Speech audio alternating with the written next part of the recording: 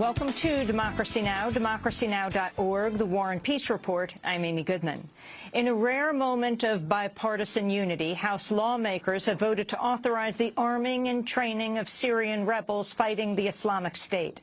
The Senate's expected to pass the legislation today. The Obama administration had lobbied heavily for the measure as part of its ramped-up offensive against the Islamic State, which has claimed swaths of both Iraq and Syria. The vote came as President Obama sought to provide reassurance the offensive will not involve ground troops in Iraq. I want to be clear. The American forces that have been deployed to Iraq do not and will not have a combat mission. They will support Iraqi forces on the ground as they fight for their own country against these terrorists. As your Commander-in-Chief, I will not commit you and the rest of our armed forces to fighting another ground war in Iraq.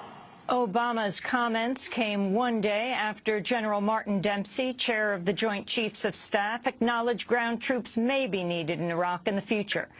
The Islamic State, meanwhile, has released a video that appears to warn the United States of the violent fate awaiting U.S. troops if they deploy to Iraq.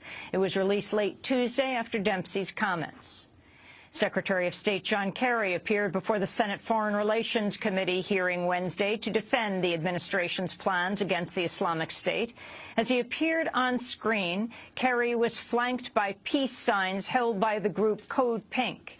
After referencing his own history as a peace activist against the Vietnam War, Kerry addressed the group directly, saying they should support attacking the Islamic State, also known as ISIL.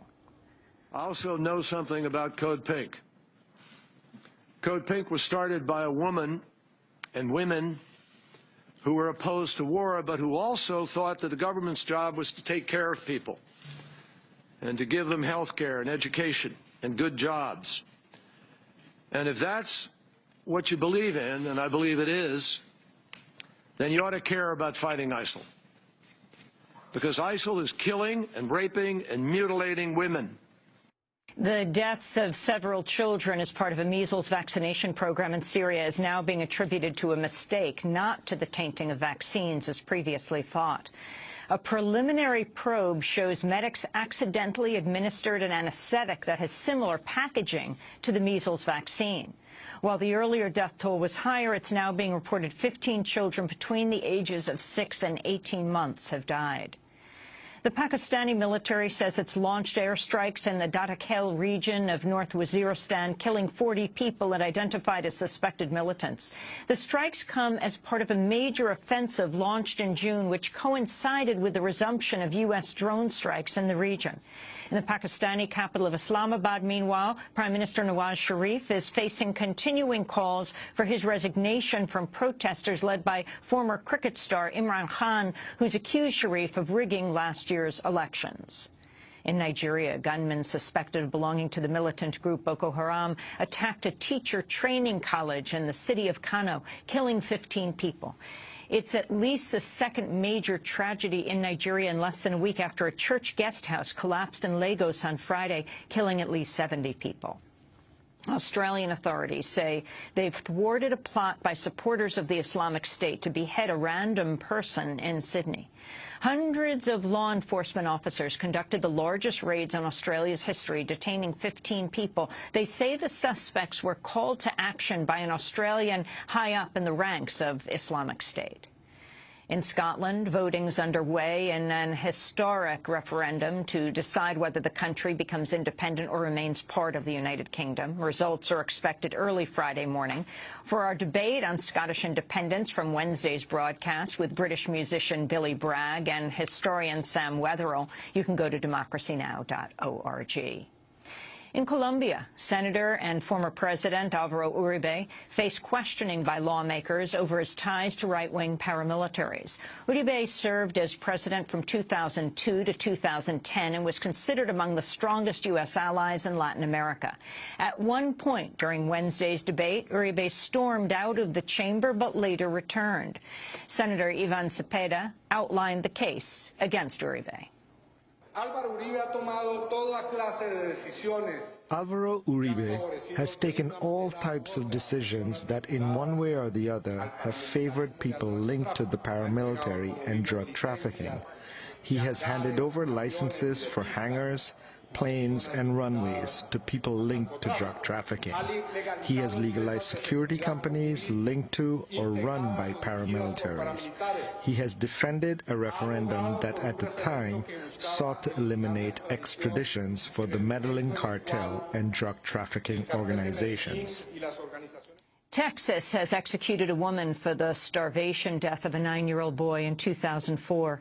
Lisa Ann Coleman is only the 15th woman to be executed since the reinstatement of the death penalty in 1976, compared to nearly 1,400 men. 6 of those 15 female executions have been carried out in Texas. The U.S. Agriculture Department has approved the use of genetically modified corn and soybean seeds that are resistant to the weed killer 2,4-D. The herbicide made by Dow Chemical has been linked to a range of health risks, including cancer and Parkinson's disease. It was an ingredient in the toxic Vietnam War herbicide Agent Orange. Industrial farmers have been pressing for an alternative after many weeds grew resistant to Monsanto's Roundup Ready weed killer.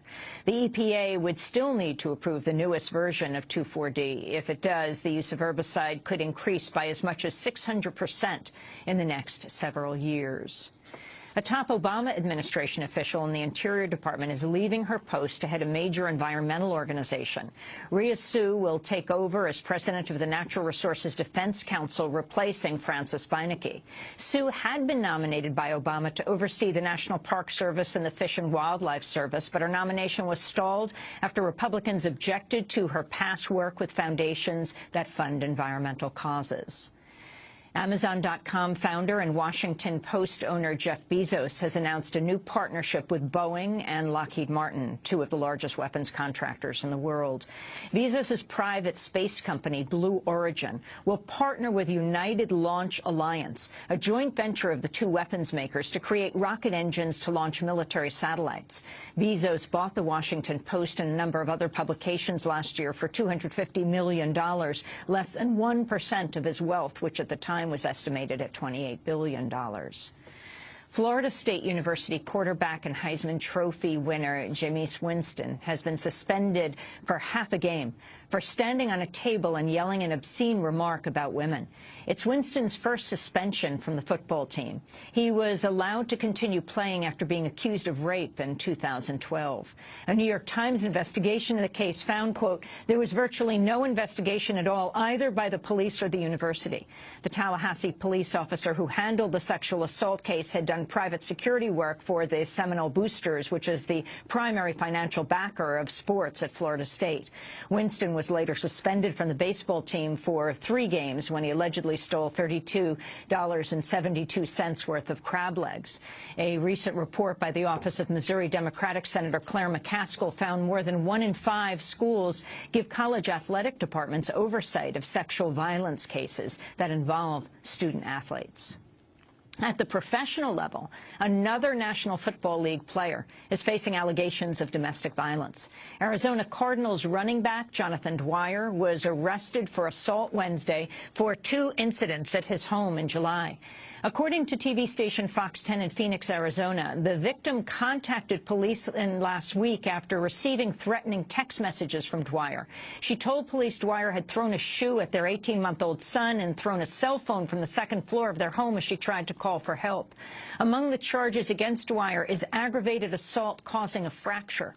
The Cardinals said they've immediately deactivated Dwyer from all team activities. Another player accused of domestic violence, Greg Hardy, has been added to a list which bars him from practices and games. Like Adrian Peterson, the Minnesota Vikings player facing child abuse charges, Hardy will continue to receive his multi-million-dollar salary while on the list. Another NFL player has come to the defense of Peterson, who's accused of beating his 4-year-old son with a tree branch. Speaking on WFAN radio in New York, Detroit Lions running back Reggie Bush said he would also discipline his daughter harshly. I have a 1-year-old daughter, and I discipline her, and you know, obviously every person is different, and I definitely will use my best judgment to discipline her, depending on, the situation, on what happens, So I definitely will try to, will obviously not leave bruises or anything like that on her, but, I definitely would discipline her harshly, depending on what the situation is. The issue of abuse is not restricted to the NFL. A new study finds 1 in 5 men in the United States has committed an act of domestic violence. The report, published in the Journal of the American Board of Family Medicine, found nearly 20% of men admit to pushing, grabbing, shoving, throwing something, slapping or hitting, kicking, biting, beating up, choking, burning or scalding, or threatening a partner with a knife or gun. In Oklahoma, a third law enforcement officer has been accused of sexually assaulting women while on duty. Tulsa County Deputy Gerald Nichols has resigned following his arrest Tuesday for allegedly assaulting 2 women while responding to a 911 hang-up call. It's believed he may have assaulted at least 5 other victims. His arrest came a day after Oklahoma State Trooper Eric Roberts was arrested for allegedly sexually assaulting 3 women while on duty. Last month, Oklahoma City police officer Daniel Holtzclaw was accused of sexually assaulting 8 women, all of them African American. And activists with the Rolling Jubilee have bought up $3.85 billion in student debt and abolished it. The group purchases debt at discounted prices by raising money through donations. The latest move lifts debt from nearly 3,000 students at Everest College, whose parent company, Corinthian Colleges, is now being sued by the federal government for predatory lending. A correction, that's $3.85 million. And those are some of the headlines. This is Democracy Now!, democracynow.org, The War and Peace Report. I'm Amy Goodman. And I'm Juan Gonzalez. Welcome to all of our listeners and viewers around the country and around the world.